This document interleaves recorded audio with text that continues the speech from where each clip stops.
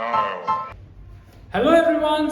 आज मैं आप लोगों के लिए लेकर आया हूं क्लास 10th का फर्स्ट फाइट का first chapter, a letter to God. बड़ा ही मजेदार चैप्टर है और बड़ा ही मजा आने वाला है और बहुत ही जल्दी हम लोग इसको फिनिश करेंगे। और अगर आप लोग डिमांड करेंगे तो मैं इसके एमसीक्यूज और क्वेश्चन आंसर्स भी अपलोड करूंगा। ओके, सो एक बार फिर से आप लोगों का स्वागत है टेल वेल इंस्टीट्यूट के यूट्यूब चैनल पर। मैं सत्यम सर आप लोगों को पढ़ाने जा रहा हूं इंग्लिश। चलिए तो let's start with the chapter. तो हमारा चैप्टर का नाम क्या है? अ लेटर टू गॉड, और इसके राइटर कौन है? G.L. फ्यूटिस। चलिए तो सबसे पहले हम स्टार्ट करते हैं इसके मेन कैरेक्टर से। तो जो इसका मेन कैरेक्टर है उसका नाम है Lencho.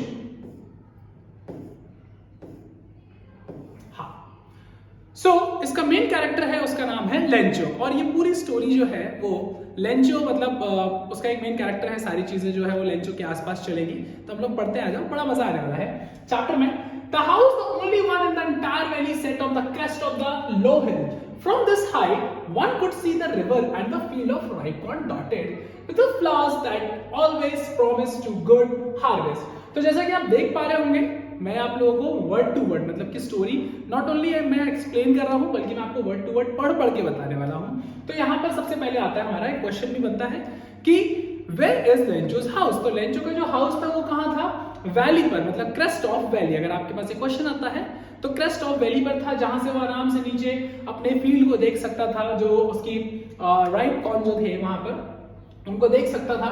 The only thing the earth needed was the downpour or at least a shower throughout the morning. Lencho who knew his field intimately had done nothing else but see the sky towards the northeast। मतलब कि वो आराम से वहां पर अपने घर के बाहर खड़ा हुआ था, मजे से जो अपनी फील्ड की तरफ देख रहा था और उसको देख रहा था कि यार मेरी तो खेती वेती बड़ी अच्छी सी हो गई है और इस बार तो मतलब बहुत अच्छा हार्वेस्ट हुआ है और इस साल मुझे बहुत ज्यादा फायदा होने वाला है मेरी खेती में।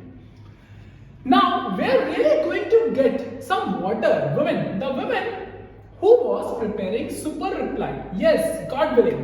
The older boys were working in the field while the smaller ones were playing near the house until the woman called to them all, come for dinner. It was during the meal that just as अब जो है शाम का समय है, वो बता रहा है कि बड़े जो बेटे थे उनके जो बड़े बच्चे थे वो फील्ड में कुछ काम कर रहे थे, छोटे हैं जो खेल रहे थे, जब तक कि उसकी वाइफ ने उनको बुलाया डिनर के लिए कि आओ सब लोग डिनर करो। अब देखिए क्या होता है, बड़ा ही खुशहाल सा चल रहा था सब कुछ। Lencho had predicted big drops of rain began to fall. In the northeast, huge mountains of clouds could be seen approaching. The air was fresh and sweet। मतलब होता है ना कभी कभी जैसे बारिश आने से पहले थोड़ा सा मौसम बनता है और हम लोग आसमान में देख के बताते हैं कि वहां से बारिश आ रही है। तो वो बारिश की बूंदों को एक्सपेक्ट कर रहा था, क्योंकि थोड़ी बहुत अगर बारिश हो जाती तो थोड़ा सा और अच्छा हो जाता। तो वो उनको बोल रहा था, बल्कि उनको एक क्वेश्चन बनता है आपको कि why Lencho was considered the drops as a gold. Okay, तो यहां पर वो रेन ड्रॉप्स को एक्सपेक्ट कर रहा था अच्छी खेती के लिए, लेकिन क्या हो जाता है on the body and when he return to he exclaimed, these aren't raindrops falling from the sky, they are new coins। मतलब वो क्या बोल रहा है कि ये जो बारिश होने वाली है ये बारिश नहीं है, ये न्यू कॉइन्स है, मतलब कि पैसे बरस रहे हैं एक तरीके से, क्योंकि जब ये आएंगे तो हार्वेस्ट अच्छा होगा और हार्वेस्ट अच्छा होगा तो खेती से ज्यादा हम लोग को मिलेगा। Big drops are 10 cents pieces and the little ones are 5। मतलब वो क्या बता रहा है, वहां की जो करेंसी है उनको सेंट्स बोलते हैं, तो वो बोल रहा है कि जो बड़ी ड्रॉप्स है वो 10 सेंट्स है और जो छोटी ड्रॉप्स है वो 5 सेंट्स है। With a satisfied expression, he regarded the field of a ripe corn with its flower draped in the curtains of rain. But suddenly a strong wind began to blow, and along with the rain, very large hailstones began to fall। अब क्या होता है, वो ये सारी चीजें कर ही रहा होता है, ये सारी चीजें सोच ही रहा होता है कि धीरे धीरे एकदम से क्या होता है कि आंधी चलना स्टार्ट हो जाती है, और आंधी के जस्ट बाद में क्या होता है स्टार्ट, हेलस्टोन्स। हेलस्टोन्स मैं बता देता हूं आपको, हेलस्टोन्स मतलब होते हैं ओले। ओले आप लोगों ने देखे होंगे, बर्फ के जो टुकड़े होते हैं वो गिरते हैं। These truly did not resemble new silver coins। मतलब इनको हो न्यू सिल्वर कॉइन्स, मतलब कि ये तो अनएक्सपेक्टेड चीज हो गई जो कि खेती बर्बाद करने वाली चीज है। The boys exposing themselves to the rain ran out to collect the frozen pearls।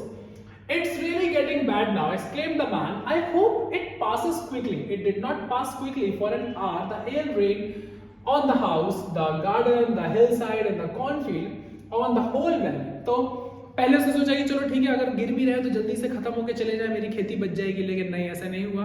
वो 1 घंटे तक जो है वो फॉर एन आवर जो हेल स्टोन्स है वो कंटिन्यूसली गिरते रहे घर के चारों तरफ, घर के पास में, और साथ ही साथ उसकी खेती में, उसकी जो कॉर्न फील्ड थी उसमें भी पूरे हेल स्टोन्स गिर गए।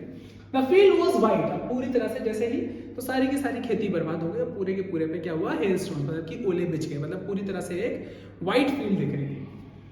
As it recovered with salt, उन्होंने मतलब इसमें स्टोरी में मतलब वो बता रहा है कि जैसे कि नमक बिछा दिया गया हो पूरी खेती में, इस तरीके का जो है एक लुक आ रहा था। Not a leaf remained on the trees, the corn was totally destroyed, मतलब वो बता रहा है क्या कि एक पत्ती तक नहीं बची, इतनी बुरी तरह से हेलस्टोन्स गिरे कि एक पत्ती तक नहीं बची, पूरा का पूरा जो फील्ड है वो डैमेज हो गया है।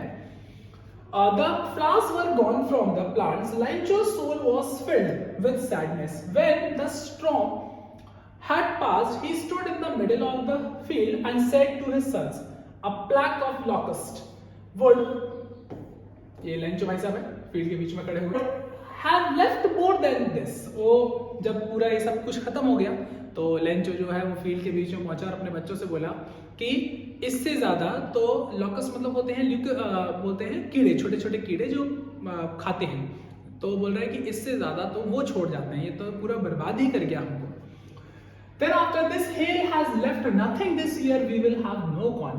That night was the sorrowful one, all our work for nothing. There's no one who can help us. Well, all go hungry this year. और उसने बोला कि अब इस साल हमारे पास कुछ भी नहीं है और कुछ भी नहीं बचा, हमारी सारी मेहनत बर्बाद चली गई और इस साल हमारे पास खुद खाने के लिए कुछ भी नहीं बचेगा और इस साल हमको भूखों ही मरना पड़ेगा। यहाँ पर कुछ आपकी बुक में क्वेश्चंस भी गिवन है। What did Lencho hope for, Lencho क्या होप कर रहा था, अच्छी हार्वेस्ट की होप कर रहा था।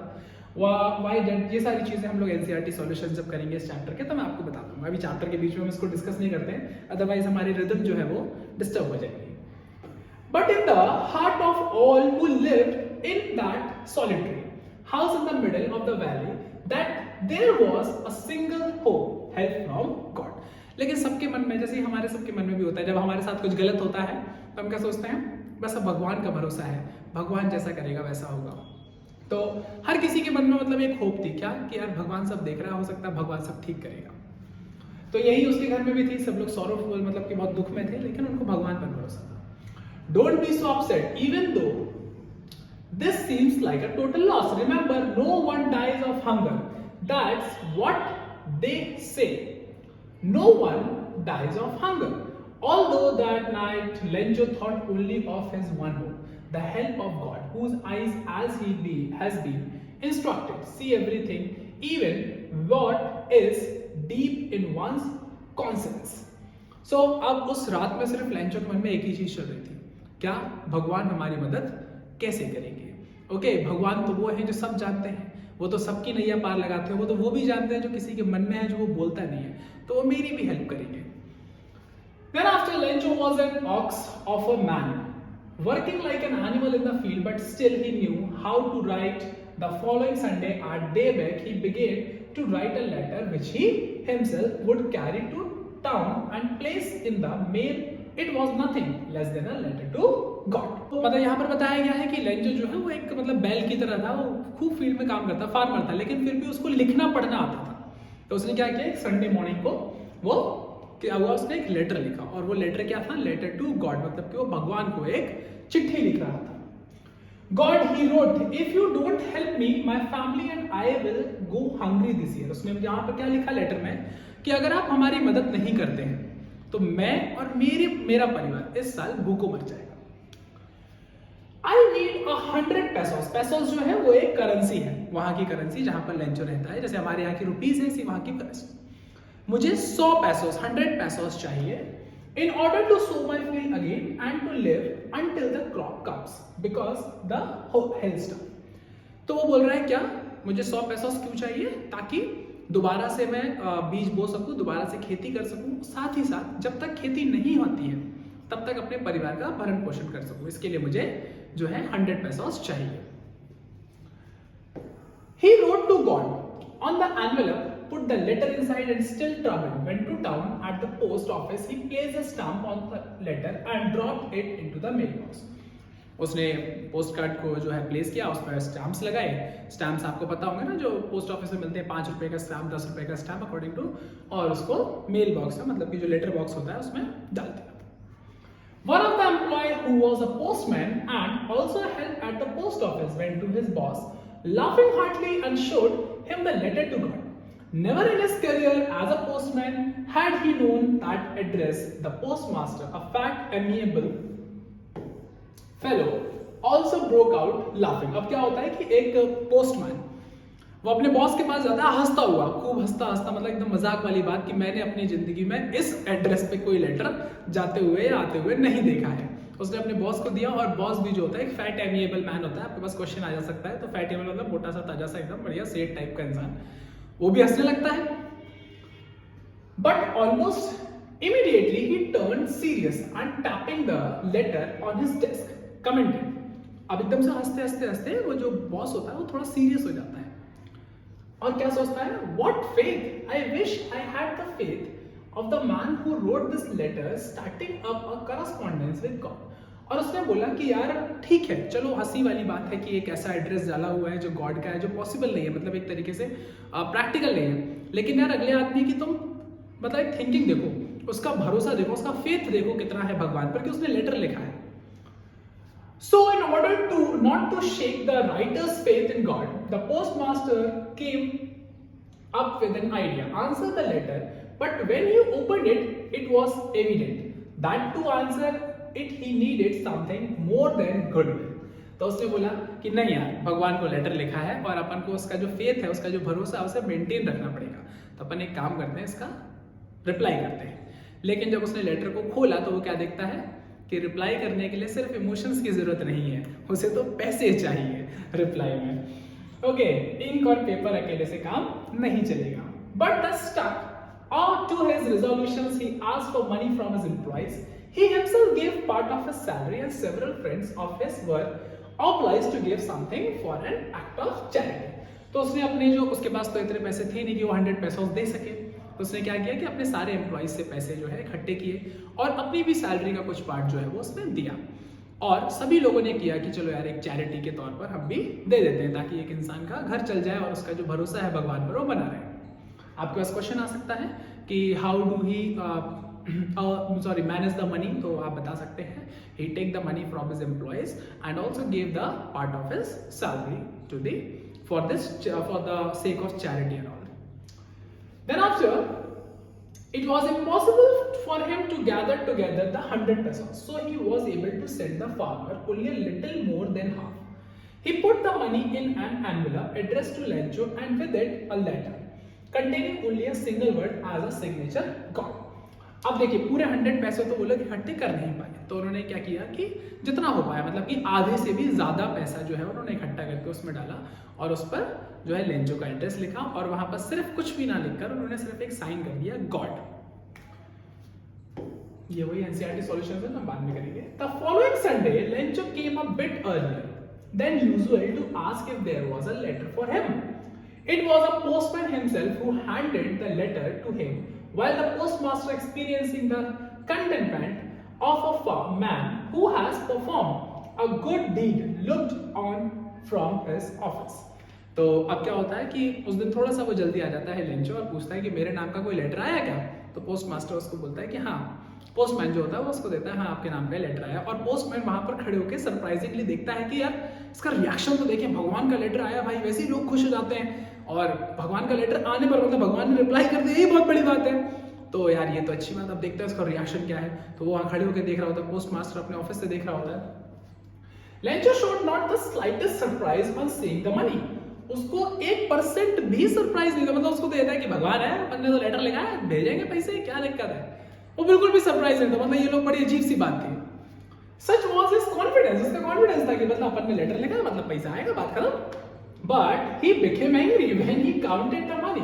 God could not have made a mistake, nor could he have denied Lencho what he had requested. अब जैसे ही उसने लेटर खोल के पैसे गिने, गुस्से में आ गया और एकदम से बोलता, भगवान से ऐसी गलती कैसे हो सकती। मतलब एक तो उसको खुशी कुछ नहीं हुई, पैसे कम थे, इस वजह से उसको गुस्सा आ गया। Immediately, Lencho went up to the window to ask for paper and ink. On the public writing table, he started to write with the much wrinkling of his brow. अब मतलब जैसे होता है ना, अपन ऐसे कर लेते हैं, ऐसे चिंता है, ऐसे आईब्रो, हाँ, तो वो गया एकदम गुस्से में, उसने वहां से एक और पेपर पेन लिया और वहां पर लिखना स्टार्ट कर दिया ऐसे गुस्से में. Then after, caused by the effort, अभी बड़ा मजा आने वाला है, सुनिएगा. He had to make to express his ideas. When he finished, he went to the window to buy a stamp, which he licked and then affixed it. Licked मतलब ऐसे होता है, ऐसे ऐसे चाट के ऐसे लगा देना. तो उसने पूरा फिनिश किया, उसके बाद उसने स्टैम्प लिए, उस पे चिपकाए.